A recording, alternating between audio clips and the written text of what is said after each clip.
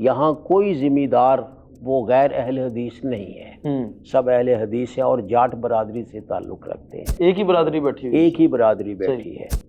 روپڑ کے علاقے سے یہ لوگ آئے ہیں، حضرت مولانا محمد عبداللہ محدث روپڑی رحمۃ اللہ علیہ کے یہ تربیت یافتہ ہیں یہ لوگ وہاں سے۔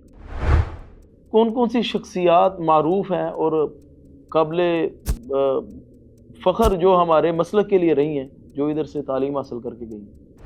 نکاح مسجد میں ہوتا ہے، اسی طرح گانے بجانا، فائرنگ، آتش بازی، پٹاخے، یہ ہر چیز یہاں ختم ہے۔ پہلے علماء نے بھی محنت کی، ہم بھی اس کا خیال رکھتے ہیں۔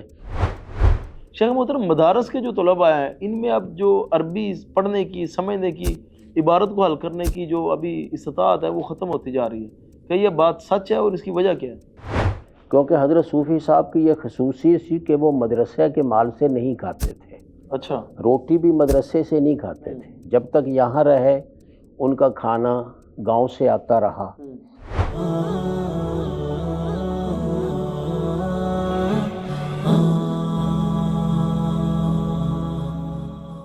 السلام علیکم ورحمۃ اللہ وبرکاتہ۔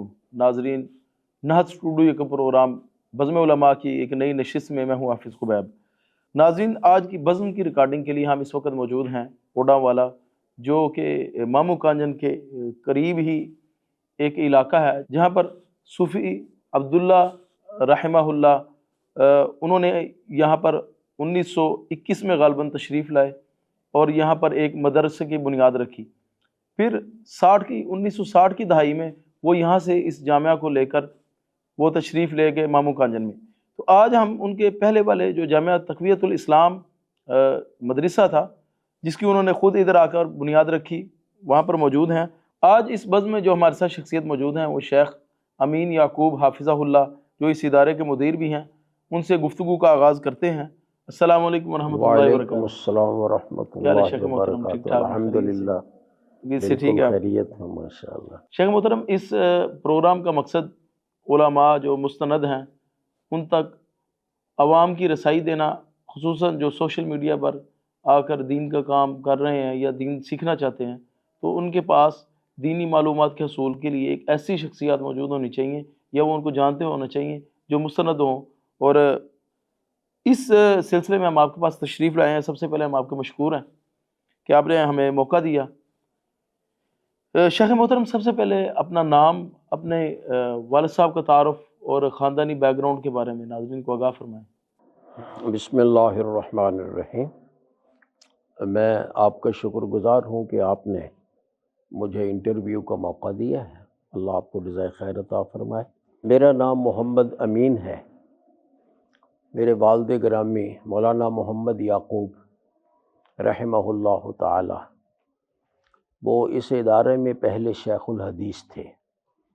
ہمارا اصل وطن رنالہ خرد ہے، جس کو اس دور میں ملیاں والا کہتے تھے، جس کی وجہ سے پھر ابا جان کو مولانا محمد یعقوب ملہوی کہا گیا۔ تو اس علاقے سے ہیں۔ ابا جان وہاں سے یہاں پڑھنے کے لیے آئے، کیونکہ ہمارے دادا جان کا حضرت صوفی صاحب سے گہرا تعلق تھا۔ ہمارے دادا جان بھی حضرت صوفی صاحب رحمۃ اللہ علیہ کے ساتھ اس مدرسے کے لیے چندہ وغیرہ لاتے تھے۔ تو انہوں نے پھر ابا جان کو یہاں پڑھنے کے لیے بھیجا۔ یہ 1937 کی بات ہے۔ اس وقت سے پھر ابا جان یہاں پڑھے۔ یہاں فارغ ہونے کے بعد پھر گجرانوالا گئے حضرت حافظ محمد صاحب گوندلوی رحمۃ اللہ علیہ کے پاس۔ آخری 2 سال جو تھے نا، 44-45، یہ یہاں حضرت حافظ محمد گوندلوی رحمۃ اللہ علیہ یہاں بطور شیخ الحدیث رہے۔ تو ان سے یہاں بھی پڑھا اور پھر وہاں جا کر بھی ان سے بھی اور دوسرے علماء سے، حتیٰ کہ دیوبندی علماء سے بھی وہاں علم حاصل کیا۔ پھر یہی پڑھانے لگ گئے آ کر۔ تو اس وقت سے یہ 1948 کی بات ہے۔ تو 1948 سے آپ نے یہاں پڑھایا۔ تو یہ شادی بھی ان کی اس دور میں ہی ہوئی۔ پھر میری پیدائش یہیں کی ہے۔ میں 1953 میں پیدا ہوا ہوں، 16 نومبر ماشاءاللہ 1953، ربیع الاول، 9 ربیع الاول، ہاں بروز سوموار۔ تو یہ میری پیدائش ہے۔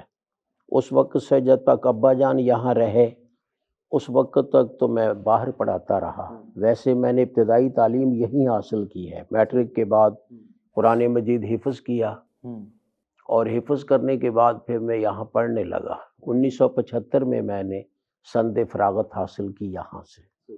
پھر میں بھی یہاں سے گجرانوالہ گیا حضرت حافظ محمد صاحب گوندلوی رحمۃ اللہ علیہ کے پاس تعلیم حاصل کرنے کے لیے، کیونکہ یہاں ہمارے ادارے کا رواج تھا کہ جو بھی لڑکا یہاں سے فارغ ہوتا وہ پڑھانے کے لائق ہوتا تو اسے ضرور وہاں بھیجا جاتا تھا کہ آپ جائیں ہاں تربیت کے لیے۔ تو میں نے پھر 2 سال حضرت حافظ محمد صاحب گوندلوی رحمۃ اللہ علیہ سے صحیح بخاری پڑھی۔ ماشاءاللہ صحیح، دوبارہ سے؟ ہاں، پہلے یہاں پڑھی تھی، پھر 2 دفعہ ان کے پاس اور پڑھی۔ یہاں پر کون سی شخصیت؟ ابا جان والد صاحب سے پڑھی؟ وہی ماشاءاللہ شیخ الحدیث صحیح تھے، صحیح صحیح انہیں، بلکہ میری اکثر حدیث کی کتب جو ہے میں نے انہی سے پڑھی ہے۔ ماشاءاللہ، یہ تو سعادت کی بات ہے ایک والد کے لیے بھی اور ایک بیٹے کے لیے بھی۔ الحمدللہ اللہ ان کو الحمدللہ۔ غریق رحمت فرمائے۔ شیخ محترم، آپ کا تو ماشاءاللہ علمی گھرانہ تھا ماشاءاللہ، اور پاکستان سے پہلے ہی آپ کے جو آبا و اجداد ہیں وہ الحمد دین سے دین وابستہ کے تھے۔ ایک مبارک سلسلے کے ساتھ وابستہ رہے، پھر صوفی عبداللہ رحمہ اللہ کے ساتھ رفاقت بھی رہی آپ کے خاندان کی، ہاں، تو ظاہر ہے آپ کو پہلی تعلیم انہوں نے دین کی طرف ہی لے کر آئے ہوں گے، پھر بھی آپ نے بنیادی تعلیم کا آغاز دین سے ہی کیا یا دنیا سے؟ پہلے تو میں نے میٹرک کیا نا ادھر، اس وقت بھی صحیح، میٹرک سے پہلے ہی مجھے، بلکہ میٹرک کیا سکول میں جانے سے پہلے ہی مجھے اپنے ابا جان رحمۃ اللہ علیہ نے قرآن مجید ناظرہ پڑھا دیا تھا۔ صحیح، پھر ادھر میں سکول جانے لگا پہلی دوسری میں، اور ادھر صبح کے وقت حفظ کرتا تھا یہاں جو استاد ہوتے تھے۔ شیخ محترم، عموماً دیکھا جائے تو جو مذہبی لوگ ہوتے ہیں، مذہبی گھرانے والے، وہ بچے کو 5ویں کلاس کروا کر مدرسے میں بھیج دیتے ہیں، آپ کو میٹرک کروا کے باقاعدہ دینی تعلیم کے لیے بھیجنے کی کیا وجہ تھی؟ اس کی وجہ یہ ہے کہ میٹرک کے بعد آدمی صاحب شعور ہو جاتا ہے۔ جو 5 پڑھا ہوا ہو صرف، میں سمجھتا ہوں اس میں اتنا شعور نہیں ہوتا ہے، صحیح، بس اوقات وہ بوجھ اٹھانے کے قابل بھی نہیں ہوتا پڑھائی کا۔ اس کو حفظ کروایا جا سکتا ہے یا اس کے قابل بھی نہیں ہونا چاہیے؟ حفظ تو ٹھیک ہے، حفظ بھی میرا خیال ہے اگر بجائے پرائمری کے اگر مڈل کے بعد کروایا جائے وہ زیادہ اچھی عمر ہے اس کام کے لیے، لیکن بہت سے لڑکے وہ پرائمری کے بعد بھی چل جاتے ہیں۔ شیخ، آپ کے والد محترم یہاں پر غالباً 1981 تک 1981 تک وہ رہے، نومبر 1981 میں ان کی وفات ہوئی۔ صحیح۔ شیخ محترم، آپ کا جو صوفی عبداللہ رحمہ اللہ کے ساتھ جو رفاقت رہی ہے، ظاہر ہے آپ تو تب نوجوان تھے، جی جی تو بالکل۔ ان کے ساتھ آپ کا کس طرح کا تعلق تھا؟ جو ہمارے والد محترم تھے نا، وہ ان کو حضرت صوفی صاحب اپنا بیٹا کہتے تھے، اور وہ ان کو اپنا باپ سمجھتے تھے۔ ہمیشہ ان کے ساتھ رہتے۔ حضرت صوفی صاحب نے مدرسے کا جو حساب و کتاب تھا نا، وہ بھی سپرد ابا جان کے کیا ہوا تھا، حتیٰ کہ ان کی جو ذاتی امانتیں تھیں، کیونکہ حضرت صوفی صاحب کی یہ خصوصیت تھی کہ وہ مدرسے کے مال سے نہیں کھاتے تھے۔ اچھا، روٹی بھی مدرسے سے نہیں کھاتے تھے، جب تک یہاں رہے ان کا کھانا گاؤں سے آتا رہا، حاجی عطا اللہ مرحوم ان کے گھر سے آتا رہا۔ پھر جب وہ مامو کانجر منتقل ہو گئے تو وہاں وہ اسی گاؤں کے افراد وہاں رہتے ہیں، تو صابن والے ان کو کہتے ہیں، ان کے گھروں سے پھر کھانا آتا رہا ان کو۔ تو اسی طرح وہ اپنا خرچہ بھی اپنی ذات کے پیسے سے کرتے تھے، کسی اور مدرسے کے پیسے سے نہیں۔ تو ان کی امانت ابا جان کے پاس ہی ہوتی تھی، یہیں سے پیسے لیتے تھے وہ۔ تو یہ گہرا تعلق تھا ہمارے ساتھ، ابا جان کے ساتھ بہت زیادہ، ان کی اولاد ہونے کے لحاظ سے ہمارے ساتھ بھی تھا۔ اور جب وہ فوت ہوئے اس وقت میری عمر 22 سال کی تھی۔ اور غالباً شیخ 1975 میں فوت ہوئے؟ جی جی 1975 میں فوت ہوئے، اسی سن میں میری فراغت ہے یہاں سے۔ شیخ محترم، جو صوفی عبداللہ رحمہ اللہ تھے، ان کی اپنی اولاد نہیں تھی یا ان کا خاندانی کیا تعارف اصل تھا؟ میں انہوں نے شادی ہی نہیں کی تھی۔ اچھا اچھا اچھا، حضرت صوفی صاحب رحمۃ اللہ علیہ وزیر آباد سے تعلق رکھتے تھے، اچھا صحیح صحیح. تو وزیر آباد میں ان کا خاندان تو اہل حدیث نہیں تھا، ان کا خاندان دوسرے حنفی وغیرہ بریلوی وغیرہ سمجھ لیں. تو وہاں مولانا فضل الہی مرحوم جو امیر المجاہدین رہے، جی جی. ان کے ساتھ ان کا رابطہ ہو گیا کہیں چلتے پھرتے مسجد کے قریب. تو انہوں نے کہا بیٹا تم مسجد میں آیا کرو. تو یہ ڈرتے تھے وہابیوں کی مسجد میں جانے سے. اچھا. بہر صورت ان کے حوصلہ افزائی سے وہاں جانے لگے، اور پھر ایسے وابستہ ہوئے حضرت مولانا فضل الہی رحمۃ اللہ علیہ کے ساتھ کہ اس کے بعد پھر تحریک مجاہدین کی یہی ہو گئے، اور تحریک مجاہدین کے لیے پھر چندہ لے جانے لگے. تو سنا ہے اس دوران انگریز نے چونکہ ان کو کئی دفعہ گرفتار کیا تو ان پہ ایسا تشدد کیا جس کے ساتھ وہ شادی کے قابل نہیں رہے. اللہ. تو انہوں نے شادی نہیں کی.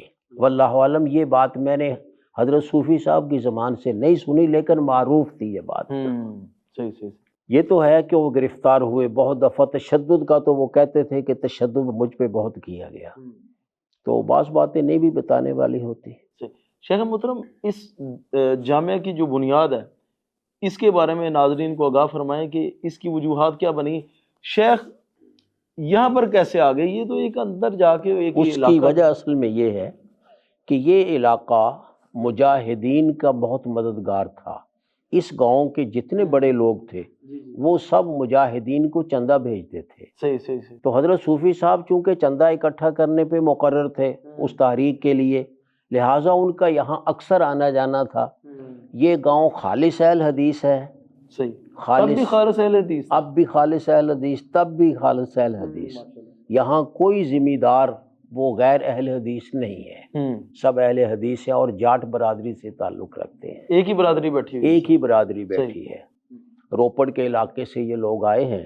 حضرت مولانا محمد عبداللہ محدث روپڑی رحمۃ اللہ علیہ کے یہ تربیت یافتہ ہیں یہ لوگ وہاں سے. تو ان کے یہاں یہ وجہ بن گئی، جب تحریک یوں کہیں ان کا کام ختم ہو گیا کہہ لیں تحریک مجاہدین کا، یا یوں کہیں کہ ضرورت نہ رہی، تو پھر حضرت سویات جو انگریزوں کا تشدد تھا اس سے بچنے کے لیے حضرت صوفی صاحب نے یہ منصوبہ بنایا کہ کسی ایسی جگہ جا کر بیٹھوں جہاں خالص اہل حدیث لوگ ہوں، تو وہاں حکومت کا بھی زیادہ زور نہ چلے، اور وہاں کوئی ادارہ وغیرہ قائم کر کے تو اس کے لیے چندہ اکٹھا کریں، نام ادارے کا ہو کہ ادارے کے لیے چندہ کرتے ہیں، ان میں سے مجاہدین کے ساتھ بھی تعاون کیا جائے. تو یہ ان کے لیے بہترین گاؤں تھا، مکمل گاؤں اہل حدیث. اس کے ساتھ بھی چند گاؤں ہیں جو اہل حدیث ہیں پورے کے پورے. اس لیے پھر حضرت صوفی صاحب یہاں آ کر رہنے لگے اپنے ان معاونین کے ساتھ. تو یہاں کچھ سال رہے. کبھی یہ ادھر چک 507 ہے، کوئی اور چک ہیں، وہاں جاتے بچوں کو وہاں قرآن مجید پڑھاتے، کسی کو ترجمہ پڑھاتے. حضرت صوفی صاحب بس اتنا ہی پڑھے ہوئے تھے قرآن مجید. اچھا، باقاعدہ عالم دین نہیں تھے. باقاعدہ عالم دین نہیں تھے. تو چونکہ حضرت صوفی صاحب نے پھر اس جگہ کو منتخب کر لیا، یہاں ادارہ قائم کیا. کچھ یہ بھی وجہ تھی کہ یہ ادارہ دور تھا، جگہ دور تھی، ریلوے لائن بھی کافی یہاں سے فاصلے پر آپ دیکھ چکے ہیں، اور ادھر روڈ بھی. آج کل تو روڈ بن گیا، اس وقت کوئی روڈ نہیں تھے. تو گورنمنٹ کے لیے رسائی مشکل. ہاں، اس کے لیے کہ پولیس کے لیے خبر رسانی اس قسم کا کام نہ ہو سکے. ایک یہ وجہ بھی تھی ان کے یہاں آنے کی. پھر یہاں ادارہ قائم کر لیا. الحمدللہ گاؤں والوں نے پورا تعاون کیا اس سلسلے میں، اور پھر اللہ کے فضل سے ادارہ ترقی کرتا رہا. قیام پاکستان سے کافی قبل 1932 میں. اس کی بنیاد 1932 میں بنیاد رکھی گئی اس کی. جی صحیح. شیخ محترم، اس جامعہ کی جب بنیاد رکھی گئی اس کے بعد جب اس کا باقاعدہ آغاز ہوا تو کون سے اساتذہ تھے جو ادھر اس وقت؟ مختلف اساتذہ شروع میں تو رہے، 2-3 مختلف اساتذہ لائے لیکن کامیاب نہ ہوئے. تو پھر لاہور مشورہ کیا حضرت صوفی صاحب رحمۃ اللہ علیہ نے وہاں کے اکابرین سے. تو انہوں نے حضرت مولانا حافظ محمد اسحاق حسینوی رحمۃ اللہ علیہ ان کو منتخب کیا کہ یہ نوجوان، اس وقت نوجوان تھے وہ، کہ یہ نوجوان آپ کو ٹھیک رہے گا، قابل بھی ہے، محنتی بھی ہے، وہ بھی حضرت حافظ محمد صاحب گوندلوی رحمۃ اللہ علیہ کے شاگرد تھے، اور ہمارے ماموں حضرت حافظ عبداللہ محدث بڈھی مالوی رحمۃ اللہ علیہ ان کے ساتھی تھے تعلیم میں، تو ان کو یہاں پھر بھیجا گیا۔ یہ 1935 کی بات ہے، 35 یا 37 کی بات ہے جب وہ یہاں تشریف لائے۔ انہوں نے پھر آ کر یہاں باقاعدہ ایک نصاب کے تحت پڑھانا شروع کیا، تو انہوں نے وہ تقریباً قیام پاکستان تک یہاں رہے، 46 سن تک یہاں رہے وہ، تو انہوں نے اس کو ایک منظم ادارے کی حیثیت سے چلانا شروع کیا۔ ہاں، باقی پھر ان کے ساتھ ساتھ جوں کوئی استاد ضرورت پڑتی تھی، جو فارغ ہوتے تھے ان میں سے رکھتے جاتے تھے۔ تو شیخ محترم کون سی معروف شخصیات ہیں جو ادھر بطور مدرس رہ چکی ہیں؟ مثلا ایک تو یہی ہیں حافظ محمد اسحاق حسینوی رحمۃ اللہ علیہ، حافظ محمد گوندلوی رحمۃ اللہ علیہ، اسی طرح مولانا عطاء اللہ حنیف بجیانی لاہور والے، الاعتصام والے، وہ بھی یہاں ایک سال رہے ہیں، مولانا عبدہو بھی یہاں ایک سال رہے ہیں، مولانا عبد الرحمن لکھوی وہ بھی یہاں ایک سال رہے ہیں۔ تو اس طرح کافی یہ لوگ تھے جو اس دور میں جو یہاں پڑھاتے رہے۔ شیخ محترم اساتذہ کا تو آپ نے بتا دیا، جی، کون کون سی شخصیات معروف ہیں اور قابل فخر جو ہمارے مسلک کے لیے رہی ہیں، جو ادھر سے تعلیم حاصل کر کے گئی ہیں؟ یہاں سے تعلیم حاصل کرنے والے سب حضرات وہ بہت سے اداروں میں شیوخ الحدیث رہے ہیں، مثلا حضرت پیر محمد یعقوب قریشی جہلمی، وہ بھی یہاں سے فارغ ہوئے اور شیخ الحدیث رہے۔ اسی طرح مولانا محمد اسحاق فیصل آباد والے، چیمہ انہیں کہتے تھے، مولانا محمد اسحاق چیمہ رحمۃ اللہ علیہ، وہ بھی یہاں سے فارغ ہوئے۔ تو اس طرح بہت سے ایسے حضرات، کیونکہ اس دور میں صرف یہی مدرسہ تھا پنجاب میں، یہ مدرسہ تھا ایک، اور ایک مدرسہ تھا ادھر جھوک دادو میں، حضرت میاں محمد باقر رحمۃ اللہ علیہ کا قائم کیا ہوا، اور تیسرا تھا ادھر ملتان سے آگے ہے، وہاں اب بھی ادارہ ہے ویسے، حضرت مولانا سلطان محمود محدث، وہ وہاں پڑھاتے رہے ہیں اس ادارے میں، اور وہیں فوت ہوئے وہ۔ تو یہ کیونکہ ادارے ہی اتنے تھے، اس لیے سب لوگ یہیں انہی اداروں میں آتے جاتے تھے۔ مولانا ظفر اللہ رحمۃ اللہ علیہ، جنہوں نے کراچی میں جامع ابو بکر قائم کیا ہے، وہ بھی اس ادارے سے فارغ التحصیل تھے۔ شیخ محترم، آپ کو جب یہ منصب ملا ادارت والا ہی ملا تھا، انتظامی امور کا، یا ساتھ آپ کو ادھر نہیں، میں بنیادی طور پہ مدرس ہوں، انتظامی معاملات تو اس کے ساتھ چلتے ہیں۔ ابا جان بھی اسی طرح تھے کہ وہ بھی یہاں شیخ الحدیث تھے اور 6 گھنٹے پڑھاتے تھے، پورے 6 گھنٹے۔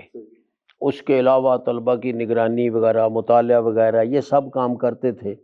اس کے ساتھ ساتھ تدریس اصل چیز تھی۔ تو میں بھی جب یہاں آیا تو میں نے بھی ابا جان کی جگہ سنبھالی، اور میرا بھی اصل منصب تدریس کا ہے، انتظامی معاملات تو اس کے ساتھ ہیں، وہ اضافی ہیں۔ تو وہ چونکہ ہم یہ سمجھتے ہیں کہ یہ دین کا کام جو ہے یہ تنخواہ دار لوگوں کا کام نہیں ہے، یہ ہے درویش قسم کے لوگوں کا کام جو 24 گھنٹے اس ادارے کو دے سکے۔ ابا جان نے بھی ساری زندگی کوئی کاروبار نہیں کیا، بس یہ ادارے میں ہی کام کیا، کیونکہ ادارے میں بھی کام کرنا ہوتا ہے، پھر مسجد کی یہ اپنا خطابت بھی، امامت بھی، اور اس کے علاوہ گاؤں کے پھر کام ہوتے ہیں، نکاح، جنازے، اور اس طرح اور چیزیں۔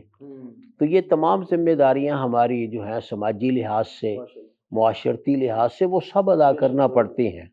تو الحمدللہ ہم 24 گھنٹے یہاں رہتے ہیں، تو ہمیں یہ محسوس نہیں ہوتا ہے کہ ہم تعلیم بھی دے رہے ہیں، تدریس بھی کر رہے ہیں، اور ساتھ ساتھ یہ انتظامی امور بھی ہیں، وہ محسوس نہیں ہوتا۔ شیخ محترم، آپ کی فیورٹ شخصیت کون سی رہی اساتذہ میں سے، یا کن کن شخصیات سے آپ نے قصف فیض؟ اساتذہ میں سے میں سب سے زیادہ متاثر ہوا ہوں حافظ محمد گوندلوی محدث رحمہ اللہ سے، انتہائی وسیع القلب، وسیع الظرف اور وسیع العلم شخصیت ہے حضرت صاحب. انہوں نے ہمیں نیا شعور بخشا. تو میں نے اسی لیے ان کے پاس 2 سال صحیح بخاری کا درس لیا ہے تاکہ اچھی طرح ان کے خیالات سے واقفیت ہو. تو میں سب سے زیادہ متاثر ان سے ہوا ہوں اپنے اساتذہ میں. تو ویسے الحمدللہ ہمارے تمام اساتذہ بڑے محنتی تھے. اسی طرح حضرت مولانا حافظ عبد المنان یہ نور پوری رحمہ اللہ وہ بھی میرے استاد ہیں. تو ان سے بھی بہت متاثر ہوا اس لحاظ سے کہ وہ وقت کے بڑے پابند تھے اور متقی آدمی تھے. مدرسہ میں آدھا گھنٹہ پہلے آ جاتے وقت سے اور آدھا گھنٹہ بعد جاتے یہاں سے. جو بھی پڑھنے چلا گیا انہوں نے یہ نہیں کہا کہ یہ پڑھنے کا وقت ہے یا نہیں ہے. مثلا میں تفریح کے وقت پڑھنے چلا جاتا, کبھی زیرو پیریڈ میں پڑھنے چلا جاتا, کبھی بعد میں پڑھنا چلا جاتا, کبھی نہیں انہوں نے انکار کیا تھا. یہ ان کی شخصیت ہے. اسی طرح حافظ عبدالسلام ہیں اپنے بھٹوی رحمۃ اللہ علیہ, وہ بھی میرے استاد ہیں. اچھا وہ بھی استاد ہیں؟ ہاں, ان سے بھی میں نے چند کتب پڑھی ہیں. زیادہ کتب میں نے پڑھی ہیں حضرت حافظ عبد المنان نور پوری رحمۃ اللہ علیہ سے.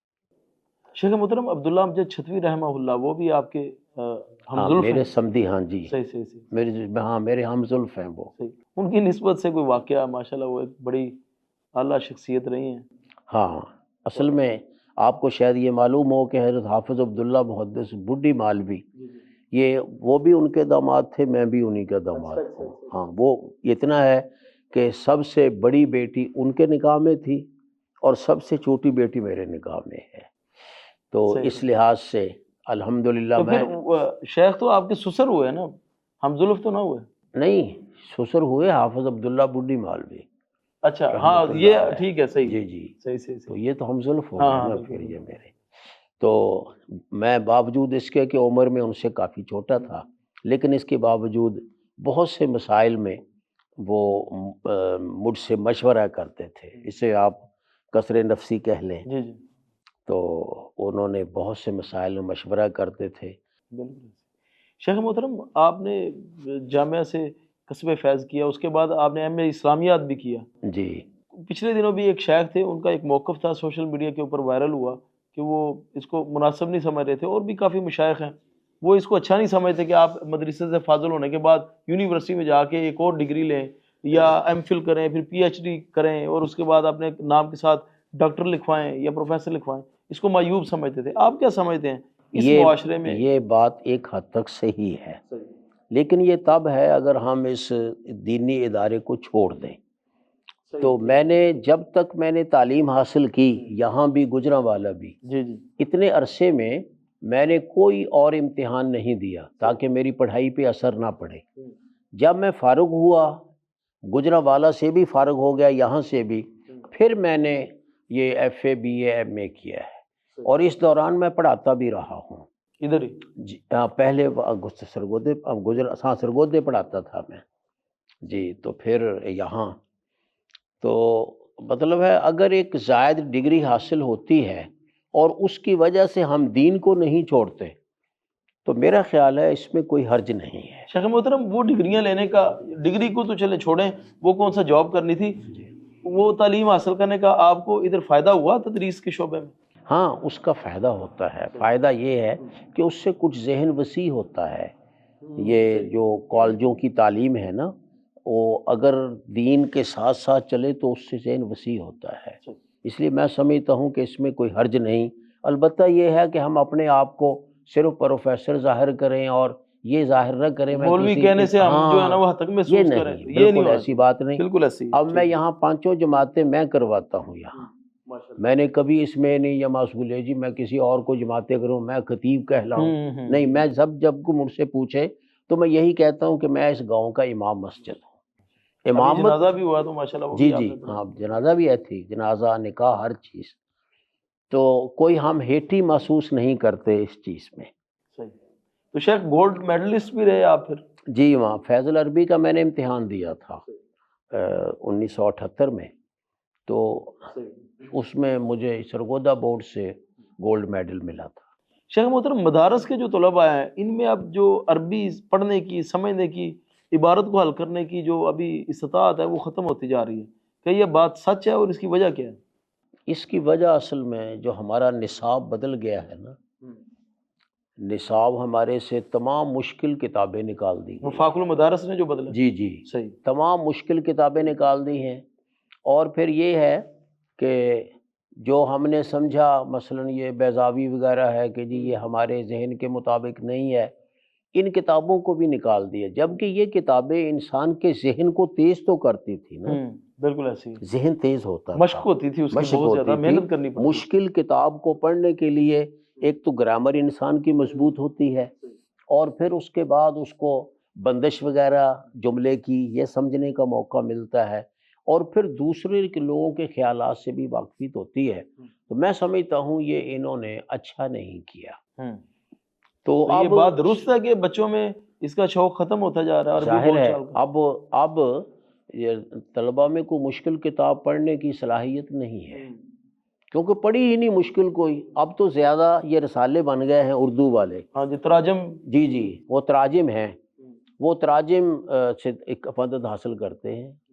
تو جب امتحان دینے کے لیے تو تراجم کی ضرورت ہے۔ ہمارے دور میں زبانی استاد امتحان لیتے تھے، شفوی امتحان ہوتا تھا، تو پتہ چلتا تھا کہ یہ لائق ہے یا نالائق ہے۔ پھر ایکسپریشن جو اس کا انداز جی ڈیلیور جی، کرنے بالکل کا ظاہر سارا ہے، کاؤنٹ ہوتا تھا۔ بخلاف اس کے اب صرف امتحان ہے تو وہ کاغذوں سے امتحان تیاری کرتے ہیں اور کاغذوں پہ امتحان دیتے ہیں، جس کی وجہ سے میں سمجھتا ہوں کہ وہ رسوخ فی العلم یہ نہیں ہو رہا۔ شیخ محترم، آپ ابھی کون سی کتاب پڑھا رہے ہیں ادھر؟ کون کون سی جو اسباق ہیں؟ میں اس وقت صحیح بخاری اور سنن ترمذی یہ حدیث کی کتابیں پڑھاتا ہوں۔ تفسیر میں نے شروع سے ہی بیضاوی پڑھائی ہے، لیکن جب سے انہوں نے نکال دی ہماری مجبوری بن گئی، تو اب کوئی پڑھتا ہی نہیں وہ، تو اب فتح القدیر تفسیر ہے وہ بھی پڑھاتا ہوں۔ تو اس کے علاوہ اصول حدیث کی کتاب یہ جو شرح نخبۃ الفکر ہے وہ پڑھاتا ہوں۔ اسی طرح اصول فقہ کی کتاب اصول شاشی یہ پڑھاتا ہوں۔ ایک منطق کی کتاب بھی پڑھاتا ہوں جسے تہذیب، شرح تہذیب کہا جاتا ہے، تو اس قسم کی یہ کتابیں ہیں۔ ویسے اس کے علاوہ بھی ہیں، مثلا بدایت المجتہد ہے، تو یہ اس قسم کی کتابیں ہیں۔ شیخ محترم، آپ کا بخاری شریف پڑھانے کا اسلوب کیا ہے؟ بخاری شریف پڑھانے کا اسلوب وہی ہے جو امام بخاری نے اختیار کیا ہے کہ کسی حدیث کی تفہیم کی جائے۔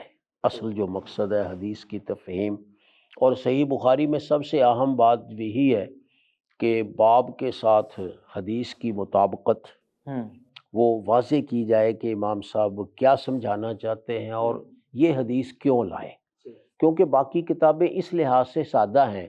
مثلا صحیح مسلم میں تو ابواب ہے ہی نہیں، وہ بعد کے لوگوں نے قائم کیے ہیں۔ باقی کتابوں میں بھی جو ابواب ہیں نا، ان کی کوئی مناسبت کا مسئلہ نہیں ہے کہ مشکل ہو۔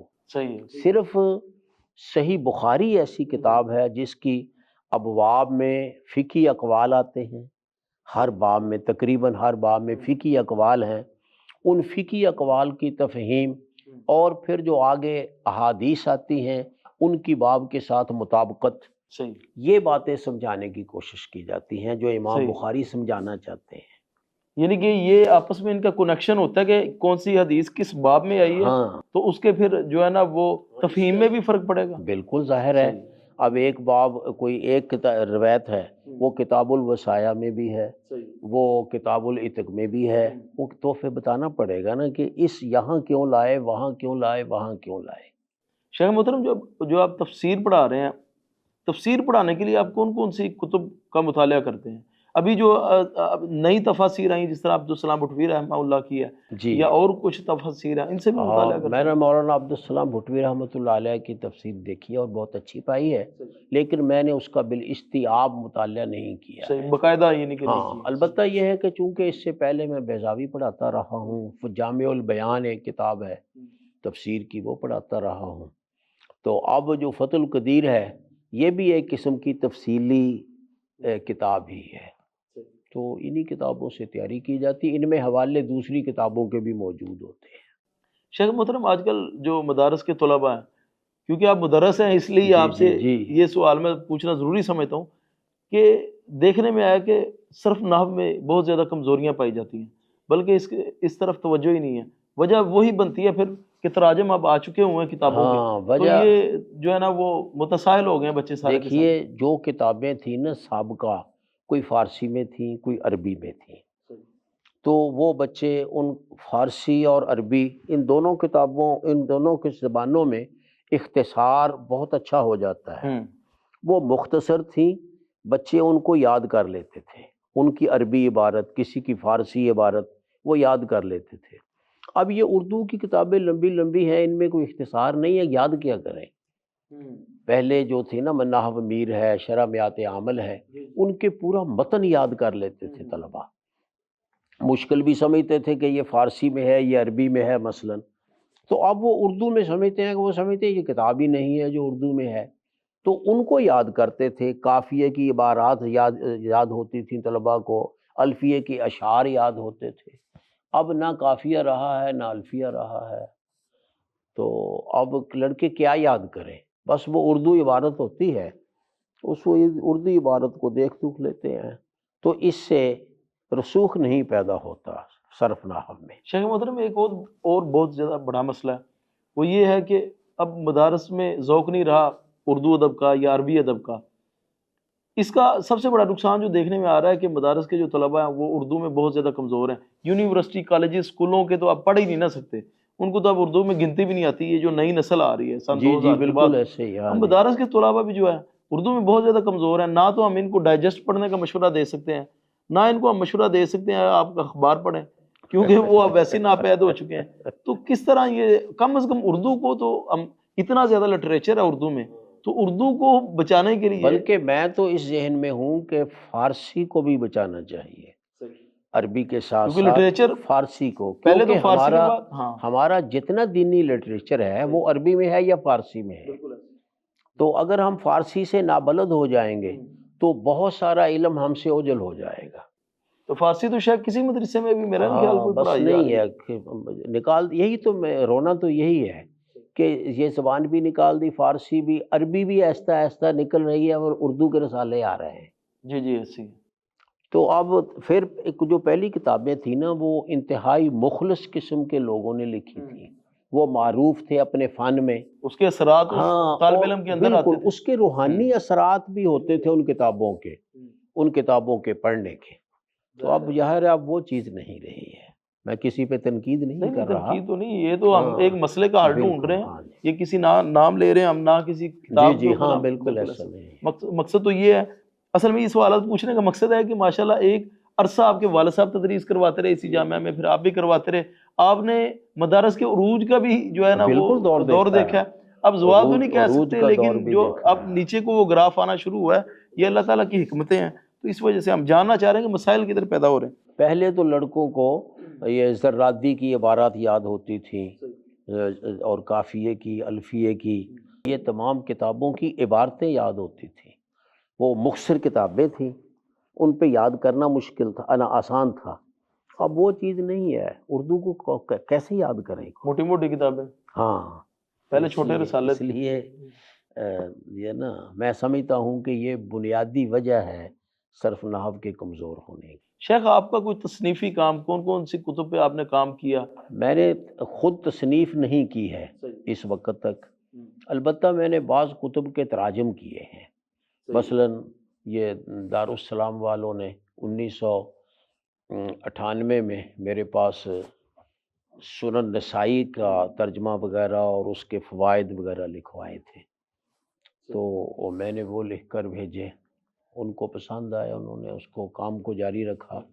اس کے علاوہ انہوں نے پھر جب اس کے بعد پھر کئی کتابیں انہوں نے ترجمے کے لیے بھیجی، جن میں بدایہ و نہایہ، مختصر بدایہ و نہایہ، ایک تو بہت لمبا سر ہے نا، مختصر بدایہ و نہایہ، اس کا ترجمہ کرایا. تاریخ کی کتابیں، رحمت للعالمین عربی کتاب تھی. اسی طرح اس کے علاوہ یہ تاریخ مکہ، تاریخ مدینہ، یہ اس قسم کی کافی کتابیں. کوئی سنن ترمذی بھی آپ کی، اور تحفۃ الاحفظی. سنن ترمذی نہیں، سنن ترمذی کی شرح تحفۃ الحافظی، اس کا ترجمہ میں شروع کیا ہوا ہے۔ اچھا ابھی وہ چل رہا ہے؟ جی صحیح۔ تو اس قسم کی کو ہیں 13-14 کتب ہیں، 15-16 جن کا ترجمہ وغیرہ ہوا ہے، کوئی مستقل تصنیف نہیں ہے میری۔ شیخ محترم ماشاءاللہ آپ کی جو شخصیت ہے وہ اس علاقے میں بطور امام بھی معروف ہے، اور اس علاقے کو اللہ تعالیٰ نے ایک اس حوالے سے بھی عزت دی ہے کہ اس میں سننے میں اکثر وقتاً فوقتاً مختلف چینلز پہ آتا رہتا ہے کہ ادھر اخلاقی اعتبار سے یہ علاقہ بہت اچھے معیار کے اوپر ہے، اس میں سگریٹ نہیں فروخت ہوتی، عقیدے کے سب سے بڑی چیز عقیدہ، آپ نے عقیدے کا بتایا کہ سب لوگ موحد ہیں ادھر، تو اس کی کیا وجوہات ہیں؟ اور الحمدللہ اب تک نئی نسل میں بھی یہ چیزیں پائی جاتی ہیں۔ شاید یہ بڑی چیز ہمارے لیے تو بہت زیادہ حیران کن ہے اگر بندہ سوچے کہ نئی نسل تو آج کل 6ٹھی کلاس میں 7ویں کلاس کے جو بچے ہیں لاہور میں، وہ چھپ چھپ کے چھٹی کے ٹائم پہ سگریٹ پی رہے ہوتے ہیں، تو یہ کیسے ممکن ہے؟ بس یہ اللہ کا فضل ہے۔ اس کی وجہ جہاں تک میں سمجھتا ہوں کہ اس گاؤں کا ماحول شروع سے دینی ہے، اس دینی ماحول کی وجہ سے، کیونکہ بڑے بڑے علماء، جیسے میں نے آپ کو نام لیے پہلے، بڑے بڑے علماء یہاں آئے، انہوں نے پڑھایا، کام کیا، درس دیے، جمعے پڑھائے یہاں، تو ان کی وجہ سے ان لوگوں میں علماء کا احترام کا جذبہ پیدا ہوا۔ صحیح، یہ علماء کا احترام کرتے، وہ بڑے علماء تھے، ان کا احترام کیا، بعد میں ہم جیسے آئے تو ہمارا بھی یہ احترام کرتے ہیں۔ اب جب بھی کوئی اچھی تجویز ان کے سامنے رکھی جاتی ہے تو الحمدللہ وہ اس پہ عمل کرتے ہیں۔ مثلا نکاح مسجد میں نے ان سے کہا کہ بھئی تم ہمیں بلاتے ہو وہاں، ہمارا گھنٹہ گھنٹہ ضائع کر دیتے ہو نکاح کے لیے، کبھی برات نہیں آئی، کبھی وہ تیاری نہیں، کبھی وہ کیوں نہیں آپ سب کچھ تیار ہو کر مسجد میں آئیں، ہم نماز کے بعد 5 منٹ میں نکاح پڑھائیں، ہماری تعلیم کا سبق ضائع نہ ہو، تعلیم کا وقت ضائع نہ ہو۔ ان کو یہ بات پسند آئی، تو اب اس وقت سے، یہ شروع کی ہی بات ہے، یہ 40 سال سے زیادہ عرصہ ہو گیا ہے، تو الحمدللہ یہاں آ کر کہیں بھی برات آئے، گاؤں کے کسی بھی جگہ، گرمی ہو، سردی ہو، دوپہر ہو، حتیٰ کہ بارش بھی ہو، تب بھی بارات مسجد میں آئے گی، یہاں نکاح کریں گے، نکاح مسجد میں ہوتا ہے۔ اسی طرح گانے بجانا، فائرنگ، آتش بازی، پٹاخے، یہ ہر چیز یہاں ختم ہے۔ پہلے علماء نے بھی محنت کی، ہم بھی اس کا خیال رکھتے ہیں، بس تھوڑا سا دباؤ ہے کہ اگر تم ایسا کرو گے تو ہم نکاح نہیں پڑھائیں گے مثلا۔ اچھا، صحیح۔ یہ تو رٹ قائم ہونی چاہیے بالکل مسجد کی، یہ تو پھر ہی لوگ سیدھے ہوں گے ظاہر۔ ہاں، تو الحمدللہ اب یہاں سے بارات جاتی ہے، نہ کوئی فائرنگ ہے، نہ کوئی پٹاخہ چلتا ہے، نہ یہاں کوئی موسیقی ہوتی ہے۔ آپ گاؤں میں چل پھر کے دیکھیں، موسیقی کی آواز آپ کو نہیں آئے گی۔ تو اسی طرح حتیٰ کہ دکانوں پر بعض ہوتا ہے نا کہ دکانوں پہ موسیقی لگا لیتے ہیں، ٹی وی رکھے ہوئے ہیں یہ، لیکن ہمارے یہاں نہیں ہے، دکانوں پہ بھی، موبائل کی دکان پر بھی موسیقی نہیں ہوتی ہے۔ تو یہ فرق ہے یہاں کے لوگوں کا کہ اچھی بات کو قبول کرتے ہیں۔ سگریٹ کے بارے میں نے یہی بتایا ان کو کہ بھائی سگریٹ نشے کی بنیاد ہے، جو شخص سگریٹ پیے گا وہ اس سے کوئی نشہ ہو سکتا ہے، جو سگریٹ نہیں پیتا ہم اس پہ نشے کی توقع ہی نہیں رکھ سکتے، لہٰذا اس نئی نسل کو بچاؤ سگریٹ سے، تاکہ نئی نسل میں نشہ نہ آئے۔ چلو پرانے لوگ تو جو پی رہے ہیں تو وہ بھی اپنے توبہ کر لیں، اچھی بات ہے، لیکن کم از کم نئی نسل کو تو محفوظ رکھیں۔ یہ بات ان کی سمجھ میں آئی، پھر تمام دکانداروں نے ایکا کیا کہ ہم سگریٹ نہیں رکھیں گے، اور الحمدللہ کوئی اس پہ جبر بھی نہیں زیادہ، بس صرف اخلاقی دباؤ ہی ہے تھوڑا سا۔ شیخ محترم پہلے لوگوں کے اندر علماء کا ادب ہوتا تھا، خصوصاً دیہاتوں میں، تو ابھی جو نئی نسل آ رہی ہے اس میں یہ ادب بتدریج کم ہوتا جا رہا ہے، تو اب نئے جو نسل کے ساتھ یہ سارے معاملات کو جاری رکھنا تھوڑا سا مشکلات تو آتی ہیں۔ الحمدللہ یہاں نئی نسل جو ہے وہ بھی اسی طرح ہمارا تو ادب اسی طرح کرتے ہیں، ماشاءاللہ، مطلب آپ کا ویسے حکم مانتی ہے اور آپ کے ساتھ نئی نسل بھی ایسے ہی ہے۔ آپ مسجد میں بھی اگر دیکھیں گے تو مسجد میں بھی نئی نسل کے لوگ ہوتے ہیں سارے، تو میں سمجھتا ہوں کہ عام جو ماحول ہے نا دوسرے شہروں میں یا دوسرے گاؤں میں، یہ بہت حد تک اس سے محفوظ ہے۔ شیخ محترم مساجد کو بطور کمیونٹی سینٹر بنانے کے ابھی یہ کنسپٹ آیا ہے کچھ 3-4 سالوں سے، مطلب بڑے شہروں میں، کہ مسجد کے اندر ہی نکاح ہونے چاہیے، مسجد کے اندر ہی ایک فنڈ قائم ہونا چاہیے جس سے غریبوں کی مدد کی جا سکے. اسی طرح آپ کچھ مساجد کے اندر وہ ایک کمرے کو مختص کر رہے ہیں بطور مہمان خانے کی. تو مجھے لگتا ہے کہ یہ کنسیپٹ کے اوپر آپ آلریڈی عمل کر رہے ہیں اور عمل کر ہمارے چکے ہیں. یہاں دیکھیے، ہمارے یہاں عشر بھی اکٹھا ہوتا ہے، فطرانہ بھی اکٹھا ہوتا ہے، قربانی کی کھالیں بھی، لیکن ہم نہیں کرتے. لوگوں میں یہ جذبہ ہے کہ لوگ بذات خود یہاں آ کر جمع کر آتے ہیں. صحیح. آپ ہم نے مطالبہ نہیں کرتے. ہم نہیں گھروں میں گئے کبھی کہ بھی فطرانہ دو، عشر دو، یہ کیا کہتے ہیں قربانی کی کھال جمع کراؤ. بس لوگ اپنے آپ ہی، یہاں ہمارے روایت ہے شروع سے ہی کہ عشر، میں نے انہیں کہا کہ بھائی اللہ نے آپ کو اس وسائل دیے ہیں، ٹریکٹر آپ کے پاس ہیں، ٹرالیاں آپ کے پاس ہیں.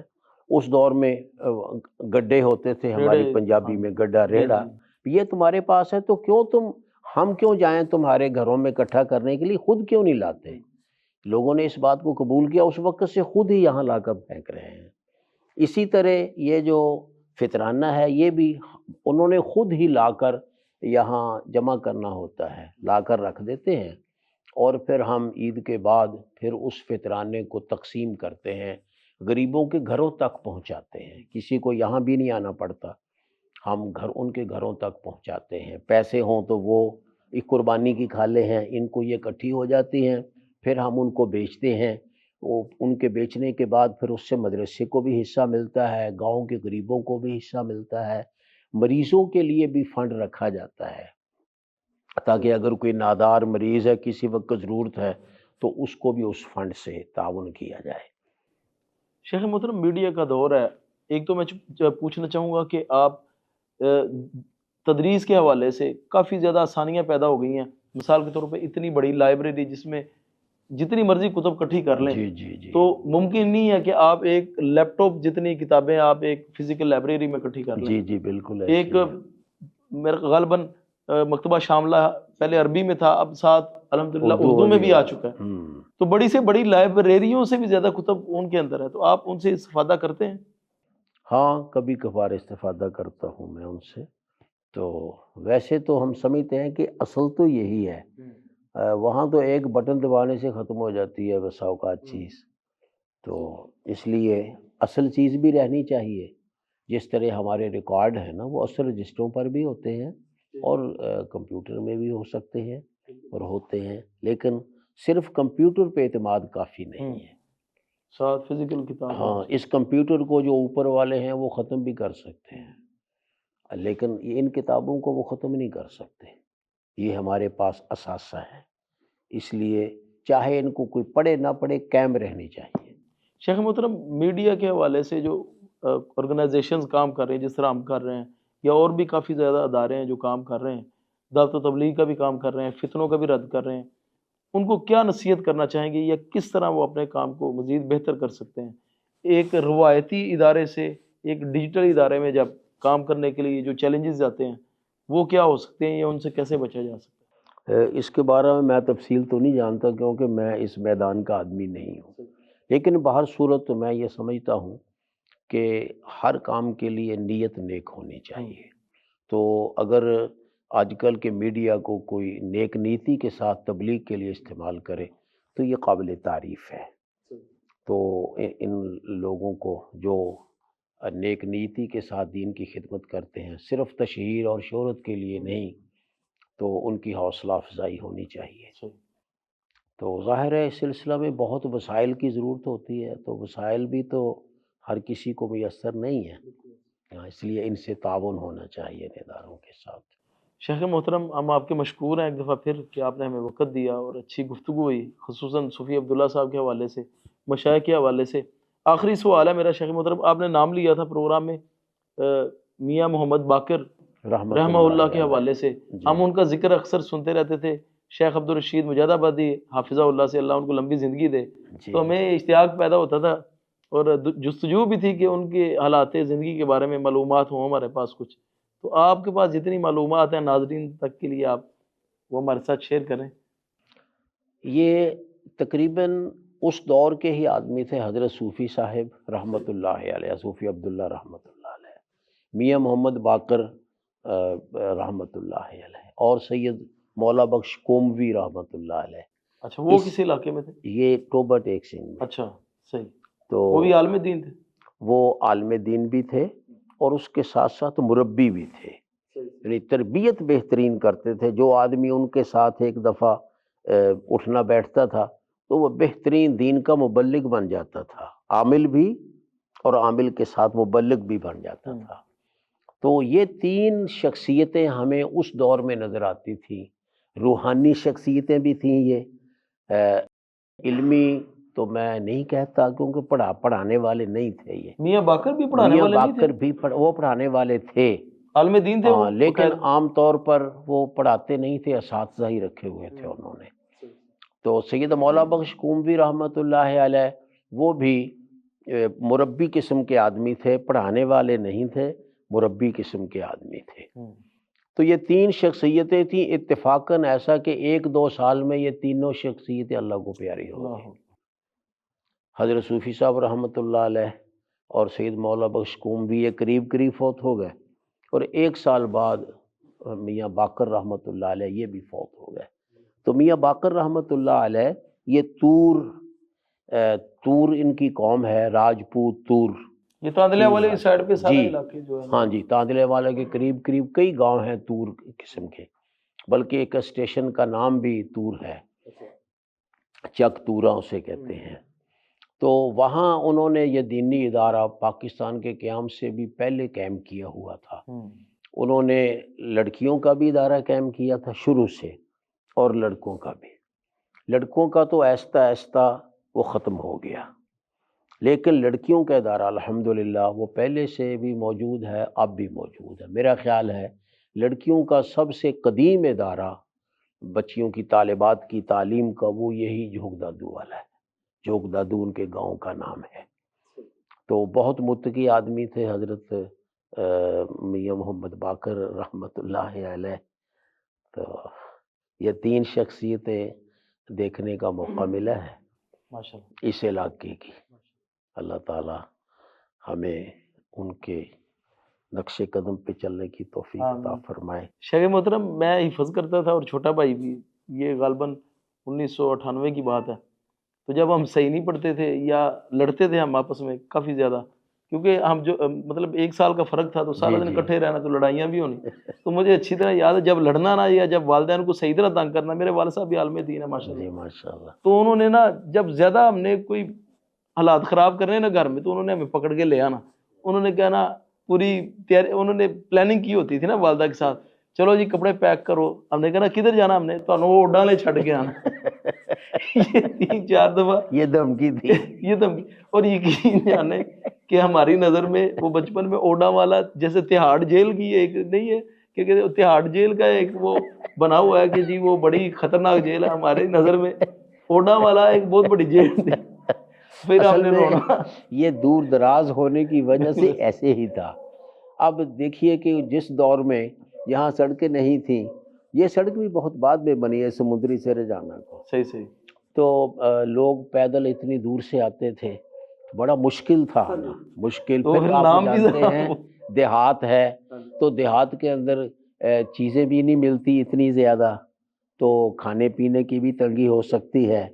تو کئی چیزیں مل جاتی جس کی وجہ سے یہ ڈرامہ بن گیا تھا. تو پھر وہ اچھا ساتھ ان کا یہ تھا ماننا کہ ادھر نا حفظ بہت جو ہے نا وہ ذرا پختگی کے ساتھ کرایا جاتا. تو وہ پھر ذہن میں یہ بات رہتی تھی. اور جب بھی فیصل آباد آنا، سسٹر کی شادی فیصل آباد ہے جی، تو وہ ہم نے کہنا کہ یار کسی وقت موقع بنے گا تو ہم اوڈا والے ضرور جائیں گے.